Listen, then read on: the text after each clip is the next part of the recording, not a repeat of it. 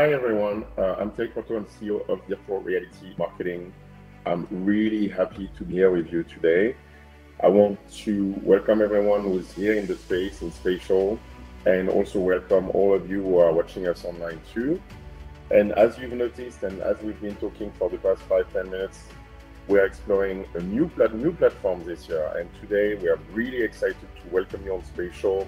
As Sophia was saying, we are trying new things, and at some point you can read about the features, but you can only know by doing it. So we love Spatial. We love to be back in the same room with you. We felt it was important. Another cool thing, oh my God, we have a blast with the avatars and the costumes. There's a dinosaur orange thing in front of me. We have the headset support back again. We are all in the same place again. And one thing I need to remind everyone, it's really important, it's a Spatial thing. I've said that before, but you need to sign up to Spatial to unmute. So for all of you who have just joined, please take a minute to do it now. If you haven't already, you need to click on the unmute button at the bottom of the screen. And that's going to be useful for the Q&A, and that's going to be useful for the breakout session afterwards. Once again, it's our first time on this platform. As you know, some of you who came earlier have seen, there's new things, there's glitches. So there's going to be a few glitches. Please be patient with us if not everything is perfect. And also feel free to give some feedback. That's really important for us to improve. And two words about us.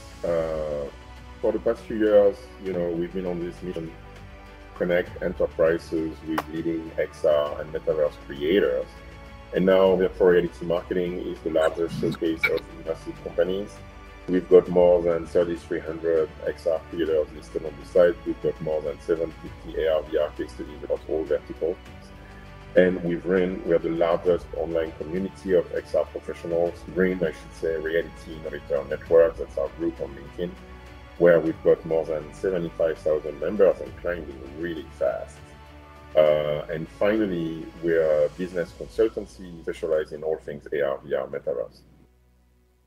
And our goal is really to be the guide to the business Metaverse. We love to say that we love to inspire, educate, and facilitate immersive business in that order. And by the way, if you need help getting started with the Metaverse or finding a partner you trust can help, you should totally get in touch with us. So you have links to my LinkedIn and Sophia's LinkedIn on the wall behind you, and feel free to get in touch with us there. And very important, I want to thank Michelle, who's doing sure that everything is running smooth for everyone today. I want to thank Carlos, our videographer, same looking good. I want to thank our partners at ESOS and M2 Polycount. Polycount created this beautiful penthouse. They've been our partner and friends for a long time, so thanking them for having us in this space. And last but not least, our partner AWE, because the event is streamed on AWE Live right now. And about today's event, well, social VR improves the quality of life. And social VR has been there for a while now and has many users, like what we're doing right now is social in VR. But what's interesting is that it has the power to break isolation in ways that no other technology can. And I have several examples, even some close to me, of people who've been isolated and have been able to use XR technology to get close to their friends. And when you focus on health, and when it comes to health, VR has been increasingly employed as a powerful tool to help patient care in very many ways. So I think the most famous use case is replacing the use of drugs altogether, but there are many cases. And so that's why today we are really thrilled to welcome two brilliant minds that are leading this change for good. And I want you to take a minute to welcome Greg Tarnacki, who's CEO of 18 Loops, Signore, who's president of Thrive Pavilion. And Sophia, as always, I'll let you take. Welcome, Robert. Welcome, Greg.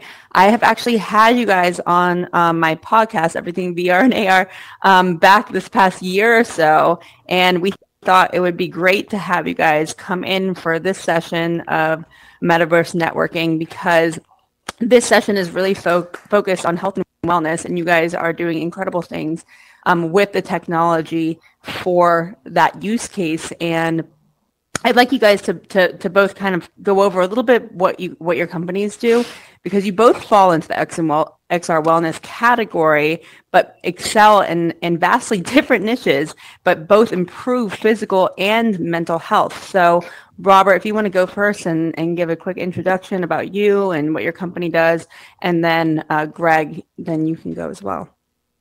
Yeah, sure. Thank you, Sophia, for that introduction, and welcome everybody.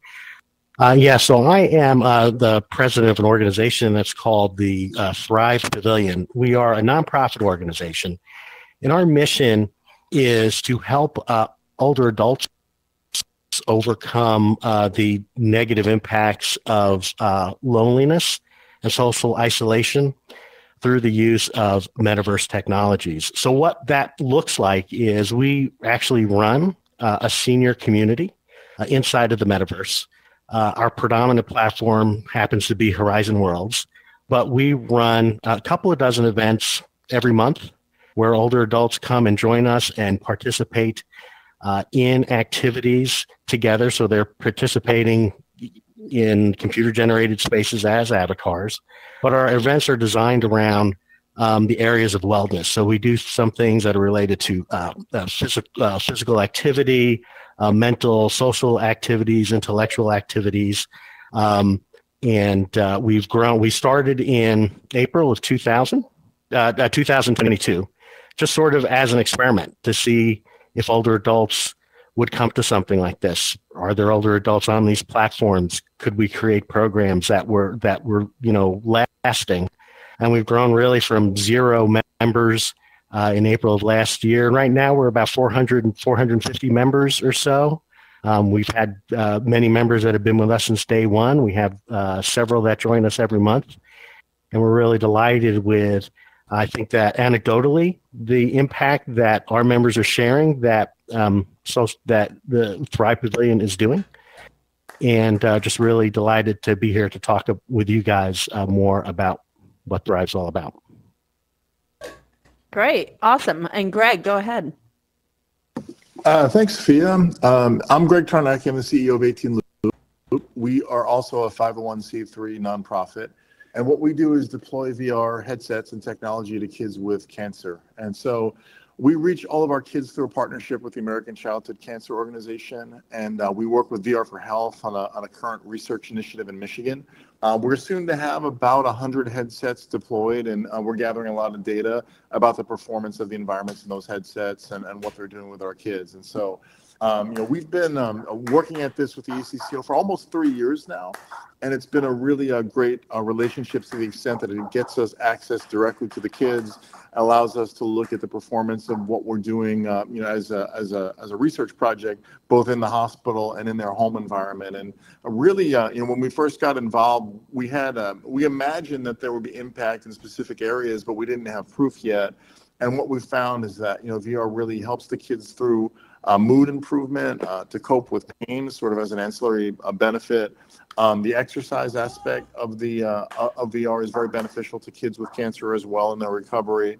And we're looking at immersive learning and also collaboration applications as well. And so really what started as, sort of an experiment a number of years ago is now really something that's been involved in 5 separate distinct areas that were being really successful in terms of how the kids are using the tech. So really excited to be here. Thank you very much. And look forward to the discussion.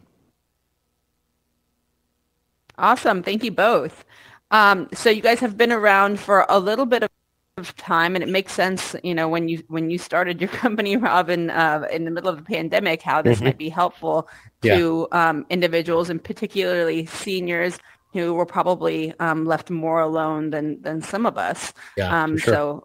So thank you first of all for that and what you were doing there. And I was wondering if you could talk to any specific outcomes or use cases that you've experienced in how this has impacted groups or individuals, and and this question goes to both of you. Like, give us some specific impact that you guys have kind of experienced and people that you've been helping.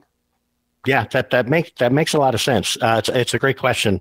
And what I find is the members that come and join us generally fall into three categories. The first category of older adult that will participate in Thrive has real physical limitations. We have members that have MS, they're bedridden, and there's one particular lady that participates with us, and she does all of her socialization in VR. She lives remotely. So, she's far out in the country. It's difficult for her, of course, to get out of her house because she is bedridden. So besides doing the activities at Thrive, she exercises in VR, she meditates in VR, and then participates socially in the Thrive activities and other metaverse-based platforms. That's sort of the first use case. And for her, and we have, she's been on some talk shows with us and done some news stories with us, and she will use the words that VR has given her life back. That's a quote. So it's not hyperbole from me. That's literally what she says. The other member generally that will come and join us is, as you age, your social circle tends to get smaller. And it may get smaller because your children grow up and move away, which is in my case, or your friends move away, or your loved ones are no longer with you. So it's common we'll have generally widowers will come and join the Thrive Pavilion. We have one woman who was not a tech person at all. She didn't play video games or do anything like that, but her husband had recently passed away. And it was a big part of her. He was her social circle, and she was very lonely. So she bought a VR headset to do things like Beat Saber, et cetera, but then learned about the Thrive Pavilion and started to join us to socialize. And now she's a regular member. She comes very often. She has made friends through Thrive and have done, other things in VR just besides what our community does. And then the third is what I would call a caregiver. So maybe somebody who doesn't have their own physical limitations, but they're the caregiver, let's say, of a spouse who does. So we have a couple of members that are their wife has Alzheimer's, so they're at home caring for their loved one, and in so doing, they've kind of cut off the rest of their social network. So they will come and join us at the Thrive activities to do some socialization with a group of people that are of similar age, that may have similar understandings of needs and things. So generally that's the category of the people that are members that will join Thrive. We also have people that are very socially active, outside of VR, but kind of augment their socialness with VR if they're not feeling well one day, or it's too hot in Texas, or it's rainy in New York. We'll come and join the Thrive activities to get some socialization rather than just sit at the house and look at the computer or, watch Netflix or something like that. So generally the category of people that we see, and certainly anecdotally, they share with us that they feel much better. They've gotten their life back. Some people are introverted and it's brought them out. And so it really is I feel it does make a difference in people's lives. Yeah, it's definitely, it's interesting that you categorize your audience and that your demographic very specifically, because not everybody is created equal. Not all demographics are even created equal. That's right. So it's really important that you're catering what you do to the needs of very specific needs of the people. So Greg, if you want to go into a little bit more detail on who you're catering to, but more specifically, what kind of positive impact have you seen or from some of the audience members or patients that you're seeing? Yeah, sure, absolutely. I think what was really interesting for us is that we anticipated a benefit when we started deploying the headsets to our kids, and we had no idea about how diverse that benefit could be or what the impact. And so, initially, the very first How long are you going to be there? initially, the very first child that used the technology, we found Zahid, how long are you going to be there? Can you mute, please? started to actually share the headset with family members. And so because of that, what we realized in speaking to some doctors, we were having conversations with doctors out at Children's Hospital of Los Angeles and other people involved with the Kids X Accelerator and a number of different physicians and people who were aware of what we're doing. And what we had found is that, we really had a family intervention. And so there's there's this palliative care, this overarching palliative care aspect of introducing any kind of immersion to the kids or anybody for that matter, because there's so much benefit just in that in and of itself. But I think when you optimize those environments and you target them in a way that they're designed for specific purposes, it gets really, really powerful. And so the first thing that I would say is that, our very first child started a headset with brothers and sisters and family members, mom and dad, to help impact mood and get exercise and do things like that. And then, from an exercise perspective specifically, I don't know if you've been to a hospital, you would see, sometimes in an area where in a recovery ward, people walk around and they drag along, an IV bag and a kind of a rolling a pole or a post that hangs off these IV bags, and your IV follows you. And what our kids have been able to do is, kind of gamify. There's a gamification around this exercise where if it's Beat Saber or a boxing game or anything of a physical activity, that's very, very helpful and very, very impactful. We had a child named Eric out in Utah whose oncologist specifically credited just the exercise aspect alone with really accelerating his recovery from surgery and getting him, back to better health. And so that's an aspect of it also. And then, really on a sadder side, but on a practical level, a lot of the kids that we deal with through the American Childhood Cancer Organization are children who have really tough cases of cancer, a relapse cancer, a stage 3 and 4 cancer, and sometimes they don't make it. And what we found is that because we're giving headsets away to families to keep and to hold on to, both in hospital and home environments, that our families have also used them for mourning. So they've used, Trip from a mood perspective. They've tried to get more active with the headsets, and they've used some of the other, environments that we've recommended to get in touch with the mourning process around what's impacted their family as well. And so, again, we're looking, predominantly at 5 areas, but the impact for mood, pain, exercise, immersive learning, and collaboration has been great. And really, we're actively now looking to more quantitatively measure the impact that we have in those areas through kids that are using the tech. And so it's really, really exciting. I mean, it's really impressive, guys, what you're saying. Like, Robert, you're saying, you're quoting someone by saying that VR has given our life back. And Greg, you're talking about being able to exercise in a hospital with the IV behind you. It's unheard of. Yeah. Yeah, you guys are definitely enabling these types of activities, whether it's mental wellness or physical wellness, to people, swaths of people that would not have previously been able to participate in things like this, which is really powerful and special, because you're making them you're enabling them to better their own lives, which that's incredibly powerful to do, right? You don't necessarily need a doctor to do all of this stuff for you, or facilitator necessarily do all these things for you, when everything is built into this one really accessible device. I'm curious, because the types of people that you're catering to aren't typically gamers, and Rob, with you in particular, they're not necessarily maybe even technology people.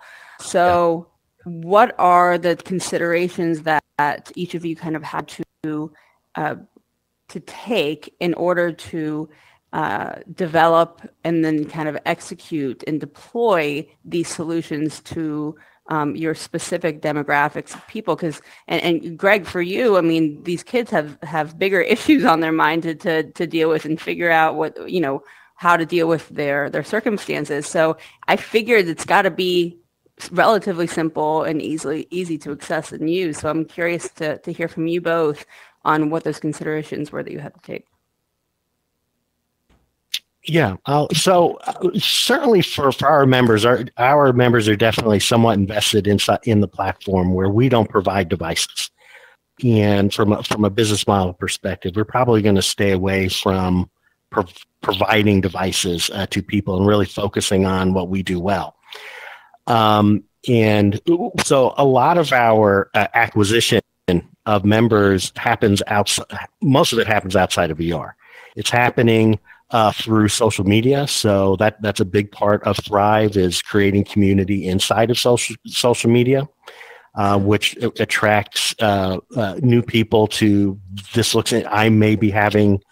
There may be a need for a family member or myself to participate in something like this.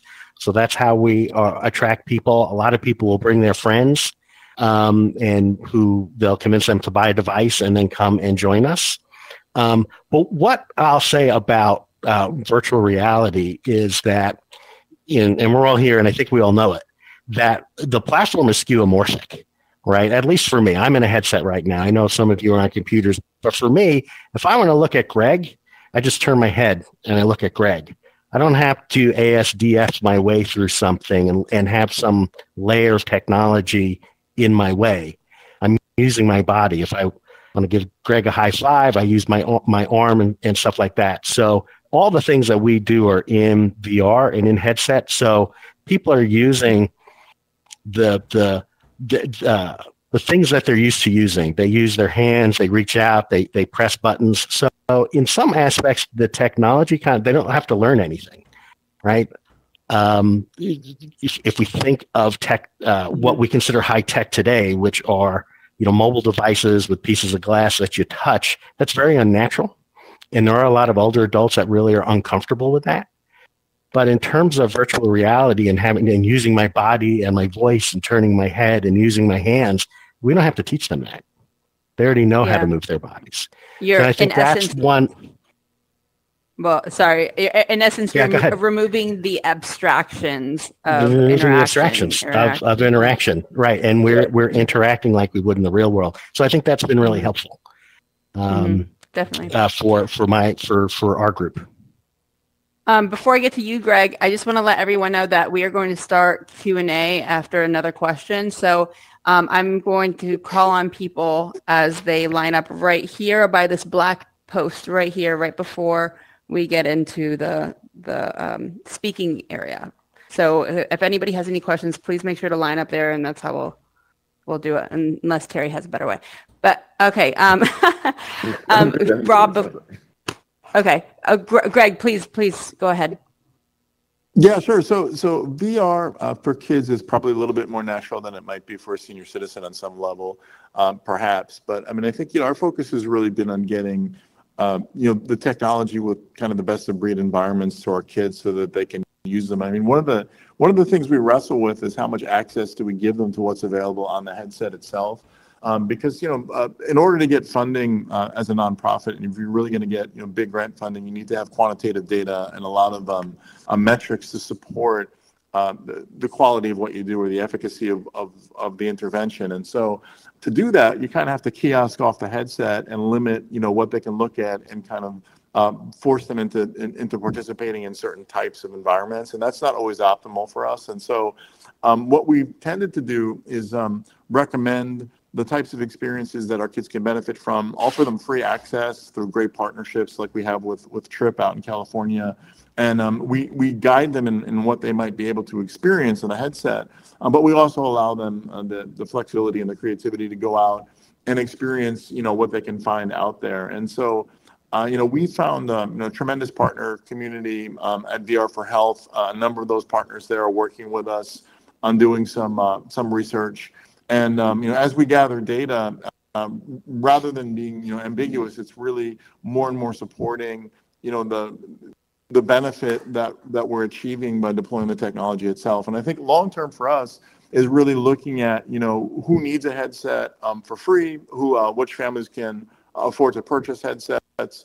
But there's certainly no form of that thinking that would indicate that they don't need a headset at all, because we think all the kids that are suffering from cancer can really truly benefit, and we're satisfied that we've we're satisfied that the data that we currently have supports that. And so yeah, it's a matter of choices on the headset. It's a matter of getting the right thing, and it's a matter of figuring out who gets headsets and when.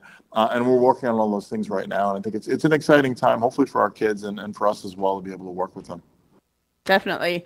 And Greg used an interesting term called kiosking. And for those that don't know what this is, it might be very useful for large deployments, especially when you're very specific on an exercise or an experience that you want a certain group to try. And that basically it makes it so when you put on the headset, the only application that you can access is the one that is intended for that particular group.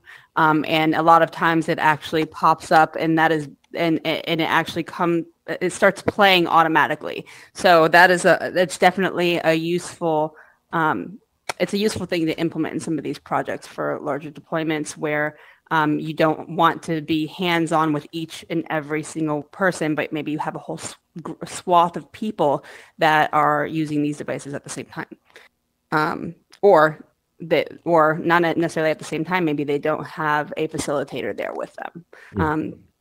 So definitely look into that.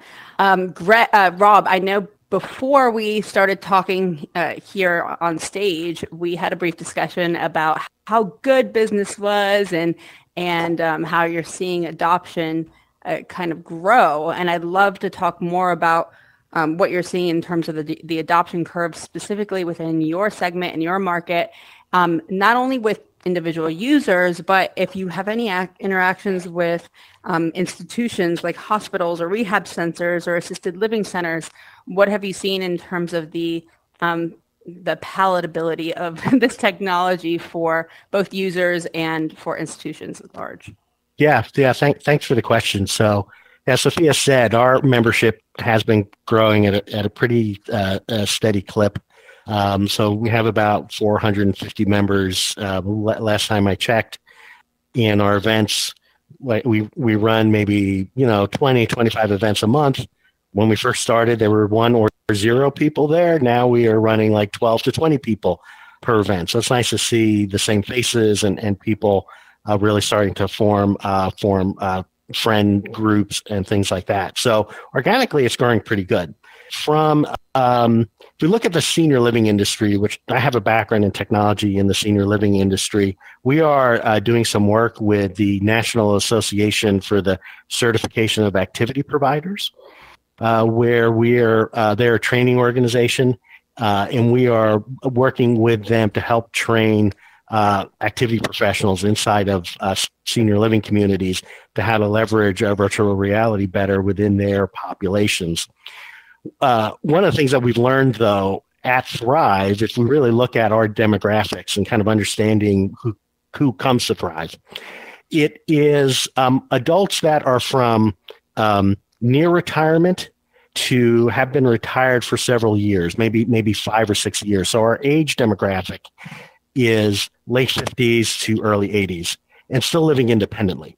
That really, and it could just be the law of small numbers, that those are the people that had the devices and could join us, et cetera. That seems to be where our demographic is, where they're still living independently and not not like in assisted living facilities. So we're really focusing more as we think about the business of Thrive and how do we get from 400 members to 4,000 to 40,000, in a year or two. Is how do we really optimize on that particular demographic, and what are the needs and concerns about that demographic, and then finding the right businesses to partner with that are also interested in that particular demographic. People who are someday may need higher levels of care, but don't need it yet. And so that's where I think Thrive is really going to do best, rather than in the clinical setting. Is sort of the preclinical setting where people are just isolated, but not yet in their acuity is still pretty low. Yep, makes sense. It probably helps with starting with the users first. So so larger institutions then can see the growth in the adoption curve of this technology with the people that they're serving, and that kind of gives them a little boost of and validity to knowing that this is actually working and people like it. Yeah, makes sense. Yeah, I think there's two paths. One path is this is really the Thrive population is really the a pipeline for senior living. So you're not in senior living, but you are at some point going to need it. So it's a pipeline development. The other is in partnerships with like financial institutions, like an Edward Jones or something like that, that can help that particular segment of population prepare better for when they need care. I think that's sort of from a business perspective of Thrive where our focus is going to be. That's an interesting angle. Yeah, that's super interesting. Okay, Greg, go ahead. Yeah, sure. So I think, what we're seeing is that there is some adoption. There's some, certainly VR use that's proliferating in hospitals for sure. When we started, I actually sent Brennan Spiegel's book, VRX, out to all of our partners to, read this, take a look at, what the projections are for this market, a couple of years ago. And then, now we're starting to see families that are working with us who have, kids with cancer that are recovering. They're seeing headsets in the hospitals, but there aren't enough of them to really achieve the benefit that we would hope to achieve because of limitations in the amount of time and access that they have to the technology in hospitals. And so we're trying to bridge that gap to kind of get from the point where, there's knowledge of and support for the technology to where it's really more ubiquitous. And I think, that can come in a number of different ways. But for us, there's 16,000 kids that get diagnosed with cancer in the United States every year. Our partners at the American Childhood Cancer Organization are looking to raise, money to support research for specific treatments for those types of cancers because they're often very different, and children are physiologically different from adults, so there aren't a lot of very specific treatments for kids with cancer. And so we're trying to, kind of bridge that gap by using VR to help support these kids that are diagnosed. And I think, the overarching goal for us is for every kid to have access to a VR headset, if not, be provided a physical headset from 18 Loop and the ACCO, but at least to have access to that technology while they're recovering in the hospital and at home. We've got a little ways to go with that, but we're working on it. Awesome. Certainly knowledge of it is great now. So yeah, improving. Great. That's awesome. So we're going to get to questions right after this next question, but in the meantime, for those that are lining up at this post right here, if you could just raise your hand, and I'll get to you after this question. Okay, thank you. Okay, so really quick, guys, you guys are doing incredible work to serve the people that we love and care about the most and want to help. So what is in the pipeline for the future of what you guys are trying to achieve, and B, if we can be of help, how can we help, or how can we be a part of the movement in general? Yeah, thanks. I'll start with the second question.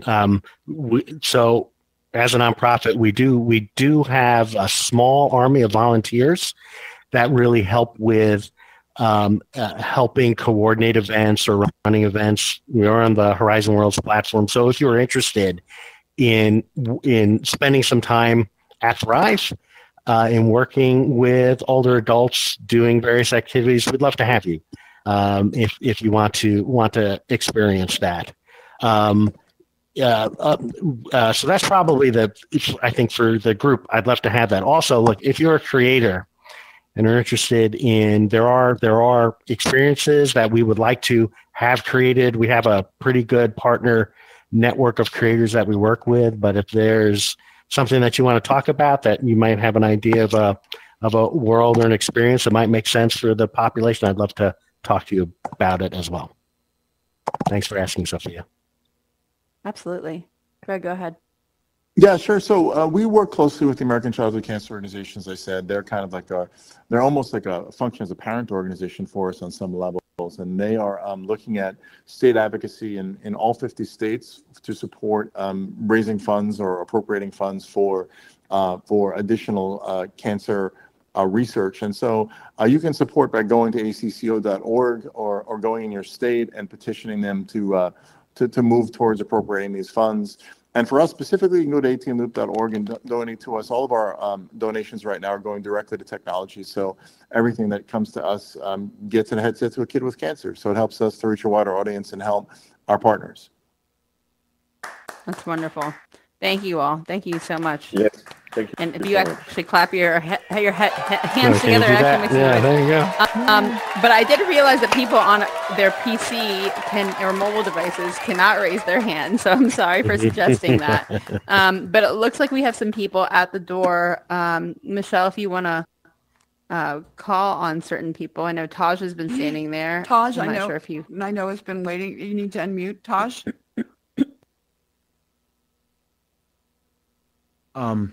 Hi guys, nice to hear you and what you're doing for the old age and the kids who have cancer. So you said that you look at the kids who can afford, who cannot afford. This is a question to Greg, who can afford and who cannot. You can afford the VR headsets or who cannot afford. So how do you judge that? On what basis do you give it free, or if you feel that they can afford to buy it? We currently don't, is the answer, Taj. We provide as many headsets as we can to the ACCO, who chooses the children based on first come, first served basis of children in their community.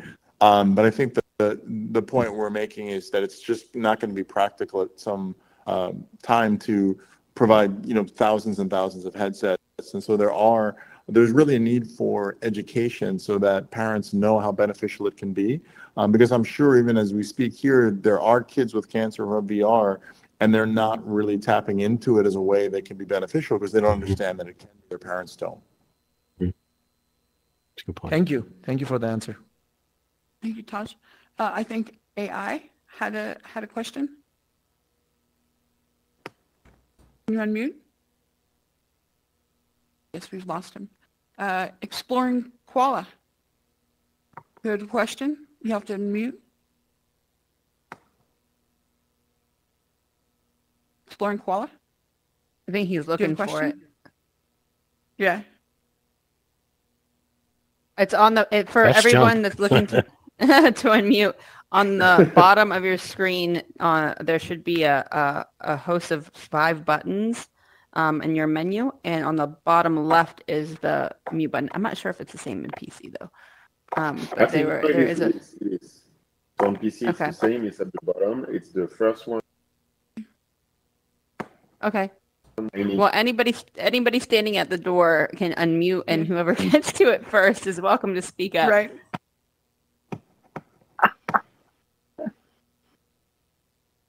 Deb, you have a question, maybe? Well, while we're waiting, I'll ask a question. So, you can hear me, Sophia? Can you? Yes. Yeah, we're good. So if you're a couple of things, if you're a parent or a caregiver or just a person here who knows somebody in their lives that would benefit from this, what's an easy way to become involved in both of your organizations? How does you're the son or daughter of a woman who might benefit from a Thrive Pavilion, what should they do first? What are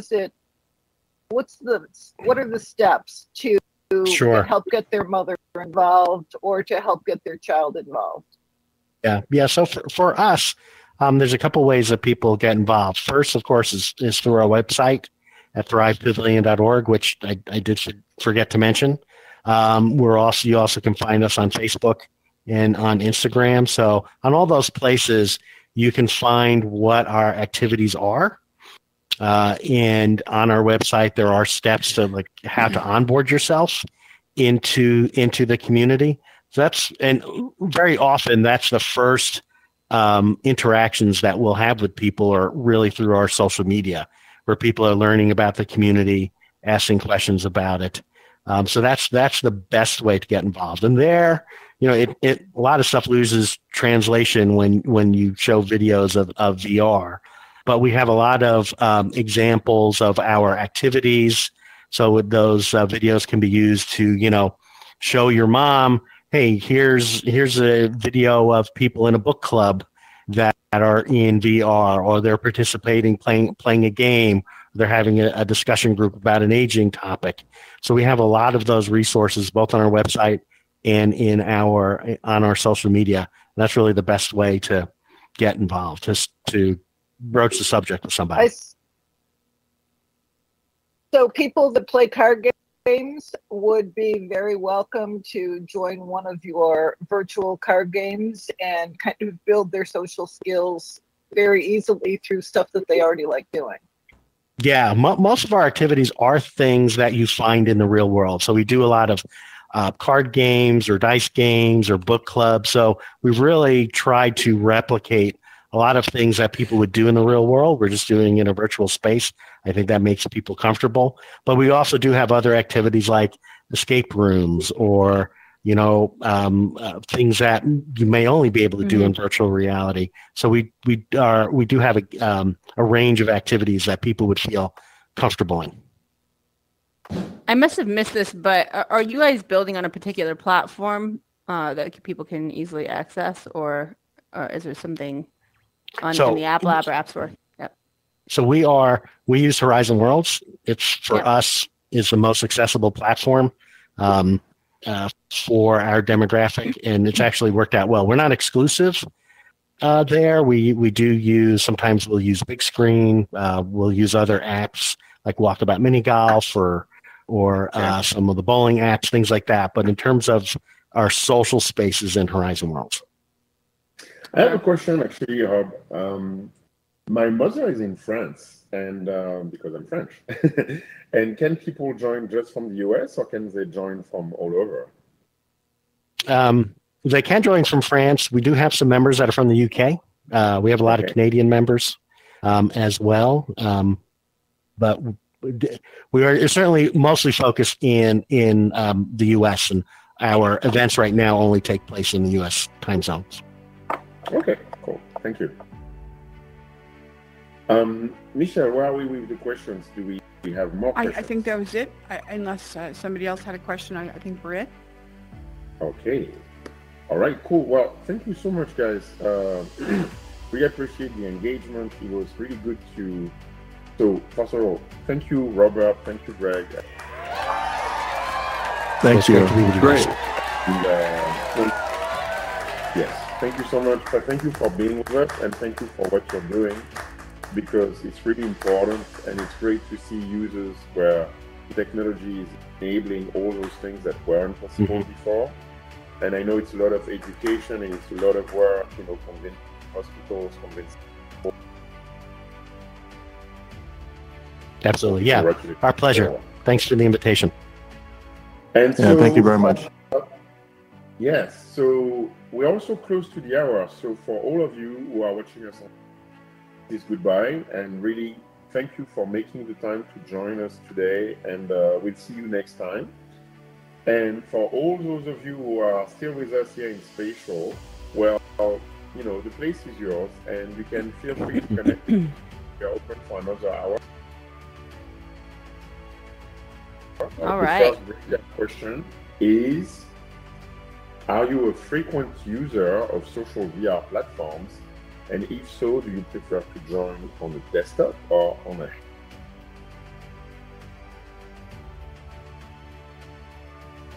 Who's that a question for, Terry? For everyone. It's kind of the... It's a breakout question. Oh, it's a breakout question. Oh, okay. Yeah. I will say that I like Spatial, but I wish I was able to sit down. I don't think there's that. Had to be full size here. Yeah, that was nice. Thank you, guys. So how about we mingle and move around and see who has questions? Yeah, sure.